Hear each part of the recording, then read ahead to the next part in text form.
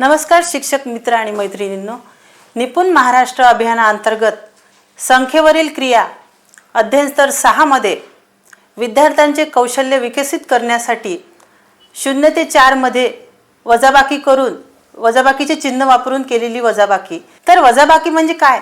तर कमी करणे, काढून टाकणे। तर अशा पद्धतीच्या काही कृती आपण तुमच्या समोर मांडणार आहेत। तर सर्वप्रथम मी आपल्या समोर काही इथे फुलं घेतलेली आहे। मुलांना फुले फार आवडतात, तेव्हा हे फुले घेऊन मी त्यांना कृती करून दाखवणार आहे। इथे आपण 4 फुले ठेवलेली आहे, त्यातले एक फूल बाजूला ठेवूया। आता किती फुले राहिलेली आहे? 1 2 3। आपण आता इथे नेमकं काय केलेलं आहे? तर 4 फुलातून एक फूल बाजूला ठेवला आहे, म्हणजे आपण इथे वजाबाकी केलेली आहे। तर याची मांडणी कशी करायची आहे?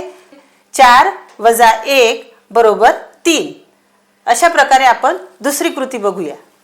पहा, वजाबाकी ही आपण खेळाच्या माध्यमातून सुद्धा शिकवू शकतो।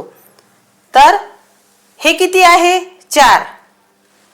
4 इथे बॉल काढूया। 1 2 3 आणि 4।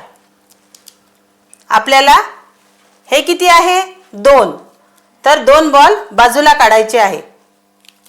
1 2। किती राहिलेले आहे? 2 राहिलेले आहे। 1 2। मग आता आपण इथे नेमके काय केलेले आहे? काढून टाकले आहे। काढून टाकणे म्हणजे वजाबाकी केलेली आहे। तर वजाबाकीचे चिन्ह वापरून आपण इथे वजाबाकी केलेली आहे। अशाच प्रकारे आपण दुसरा खेळ बघूया। हे किती आहे? 3 आहे। 3 बॉल काढूया। 1 2 3। त्यातून किती बॉल काढून टाकायचे आहे? 2। 1 2।